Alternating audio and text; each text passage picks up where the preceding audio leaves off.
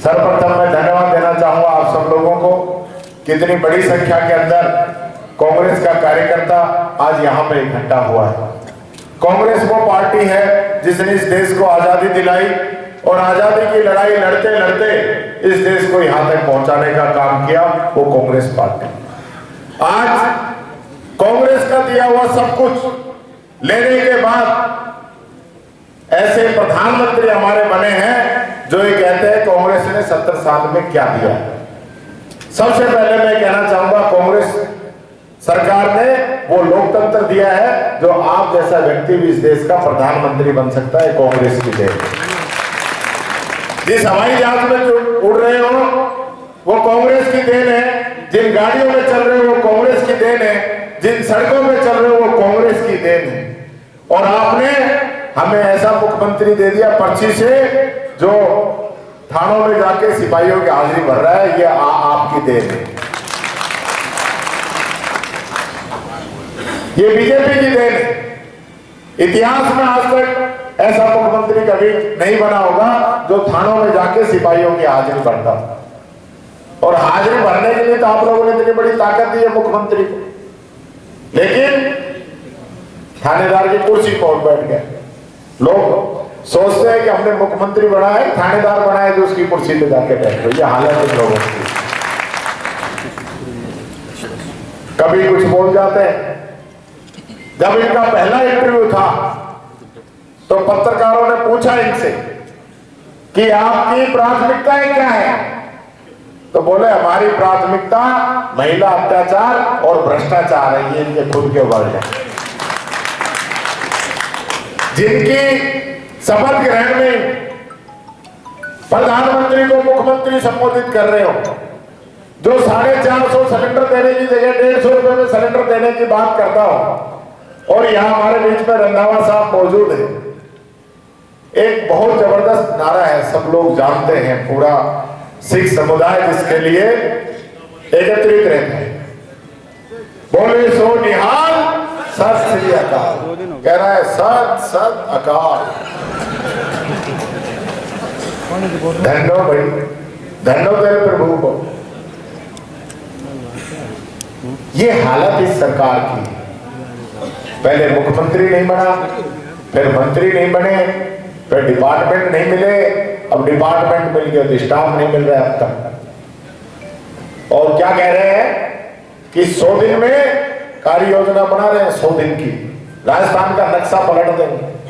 60 दिन तो हो गए भाई, 37-38 दिन बचे। ये तो इनकी स्थिति है। एक ऑर्डर निकलता है ओपीएस बंद, दूसरा ऑर्डर निकलता है नहीं ओपीएस बंद नहीं है। एक ऑर्डर निकलता है इस अधिकारी को चार्ज दिया जाता है, 5 घंटे बाद दूसरा ऑर्डर निकलता है नहीं ये इसको चार्ज नहीं दिया जाता है। 15 दिन पहले मुख्यमंत्री ने उप मुख्यमंत्रियों के स्टाफ लगाया, अभी परसों की लिस्ट में वो भी हटा दी कि नहीं ये नहीं लगाए जाते। ये हालत है, कंफ्यूजन इनके यहाँ बना हुआ है। ये स्थिति प्रदेश के अंदर है। मैं आप लोगों से एक बात कहना चाहूंगा, ये राजस्थान की धरती जो है वीरों की भूमि है। बड़े से बड़ा संकट आया और राजस्थान का व्यक्ति कभी पीछे नहीं हटा है। आज देश के ऊपर संकट है। देश के अंदर बाबा साहब अम्बेडकर का बनाया हुआ संविधान आज खतरे में है, और देश के संविधान पे संकट है तो इस देश के हर एक व्यक्ति पे संकट है, और उस संकट से हरने का काम आप लोगों का करना है। उसको संकट आप हरोगे, ये मैं आप लोगों से अपील करना चाहूंगा। आज देश के अंदर जो कानून बन रहे हैं, अभी एक कानून अभी वापस हुआ है 1 महीने पहले, ड्राइवरों के खिलाफ कानून बनाया था, आज लागू किया, अगले दिन उसको स्थगित कर दिया। किसानों के खिलाफ कानून बनाए 3, 1 साल संघर्ष चला, 1000 किसानों की बलि ली। उसके बाद में मोदी जी कहते हैं मुझसे गलती हो गई, मैं ये कानून वापस लेता हूं। आपकी गलती ने 1000 परिवार उजाड़ दिए, लाखों करोड़ों रुपए की इस देश की संपदा को नुकसान हो गए। पर अकड़ किस चीज की है? जो अकड़ आपको मिली वो जनता ने दिया है आपको वो पद, और उस पद में रह के जनता के पक्ष में फैसले करते इस जनता को अच्छा लगता।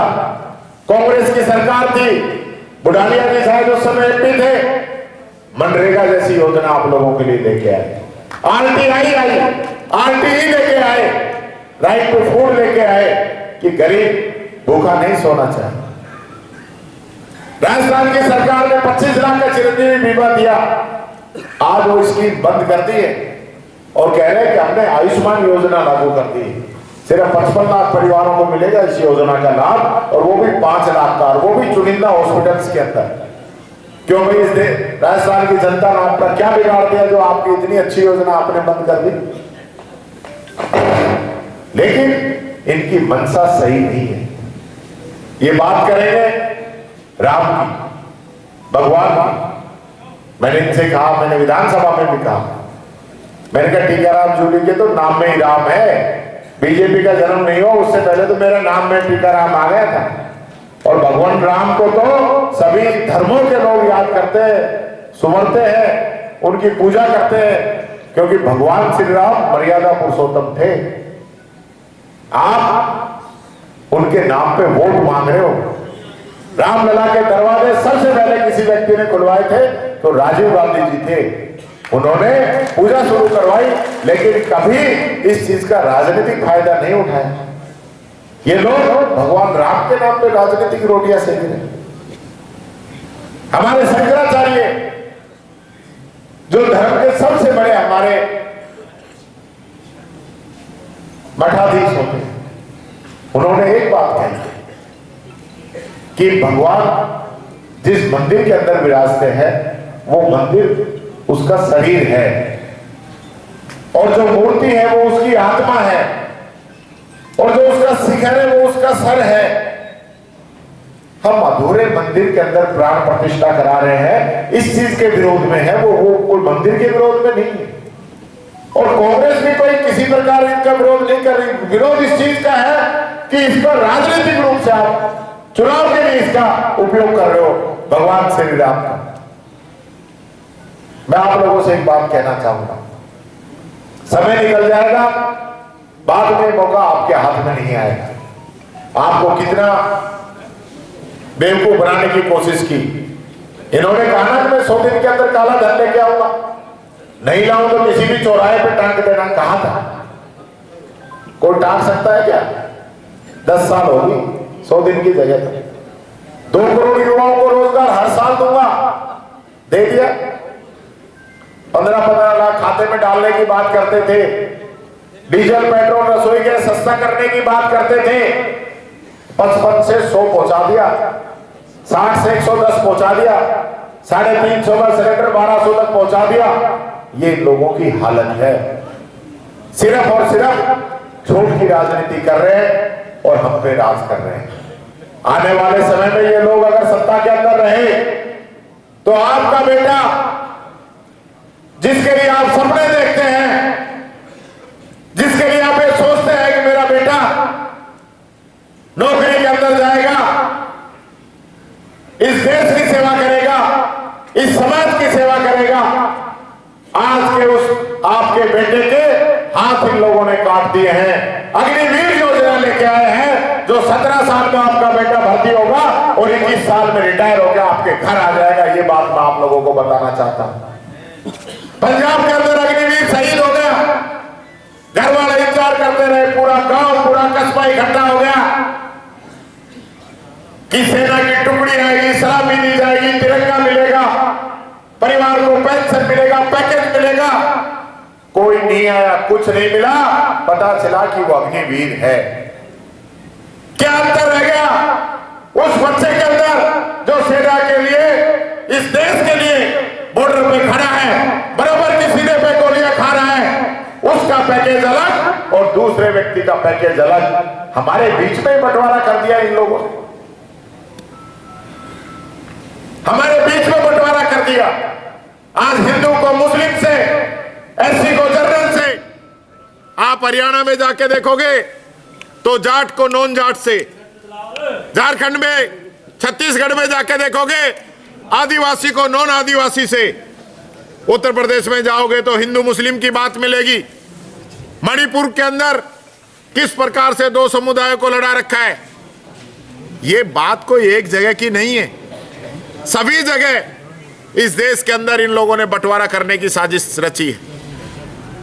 हम लोग अपनी आंखें कैसे बंद कर सकते हैं? आज देश पे बहुत बड़ा संकट है। इस संकट को हमें समझना होगा। इस देश के अंदर हमारी माताओं बहनों को सड़क पे निवस्त्र करके दौड़ाया जाता है, सरेआम उसको गोली मार दी जाती है, वो वीडियो चलाई जाती है। 1 साल होने को आ रहा है, प्रधानमंत्री को वहां जाने की फुर्सत नहीं है, सेना को वहां की पुलिस काम नहीं करने दे रही है, वहां पे मुकदमे दर्ज हो रहे हैं। ये देश के अंदर कानून का राज है, ये लोकतंत्र है। आपस में अंग्रेज चले गए, जिन्होंने इस देश के ऊपर राज किया, फूट डालो राज करो की नीति के तहत। वो गोरे अंग्रेज थे, आज ये काले अंग्रेज आ गए जो फूट डालो और राज करो की नीति पे आप लोगों के ऊपर राज कर रहे हैं। मैं आप लोगों से आह्वान करना चाहूंगा, शुरुआत कीजिए इस धरती से कि देश के अंदर जो सरकार है उसका तख्ता पलटे और कांग्रेस की, महिलाओं की, किसानों की, बुजुर्गों की, मजदूरों की जो सरकार है उसको वहां पे बैठाएं। ये काम आप लोग करें, यही अपील आप लोगों से करना चाहूंगा। बहुत बहुत धन्यवाद। जय हिंद, जय भारत।